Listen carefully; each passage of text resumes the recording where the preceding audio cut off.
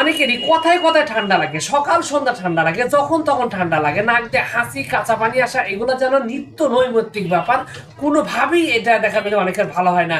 তো এর পিছনে প্রধান কারণগুলো কি, এটা আমরা অনেকেই জানি না। তো কারণ না জানার কারণে রোগটা স্থায়ীভাবে সমাধান হয় না।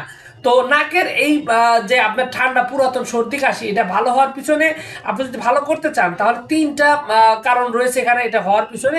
এক নম্বর কারণ হলো যে আপনার যদি দেখা যায় নাকের ভিতরে পলিপাস যদি থাকে তাহলে কিন্তু আপনার এই সমস্যাটা হবে। তো আপনার নাকের মধ্যে দেখবেন যে মাংস বৃদ্ধি পাইছে কিনা সেটা দেখবেন, এবং সেই অনুযায়ী ব্যবস্থা নিলে আপনার পুরাতন সর্দি ঠান্ডা সেটা ভালো হতে পারে। এছাড়া আরেকটা হলো শরীরের ইমিউনিটি দুর্বল হয়ে যাওয়া, মানে রোগ প্রতিরোধ ব্যবস্থা যদি দুর্বল হয়, শরীরে পুষ্টিগুণ কম থাকে, তাহলে ঘন ঘন ঠান্ডা সর্দি কাশি লাগবে, বিশেষ করে বাচ্চাদের ক্ষেত্রে। তো এই ক্ষেত্রেও আপনি এটা প্রতিরোধ করলে সমাধান করতে পারেন। এছাড়া আরেকটা ব্যাপার হলো আপনার কোল্ড অ্যালার্জি। তো কোল্ড অ্যালার্জির সমস্যার কারণে কিন্তু অনেকের পুরাতন ঠান্ডা সর্দি কাশি লেগে থাকে।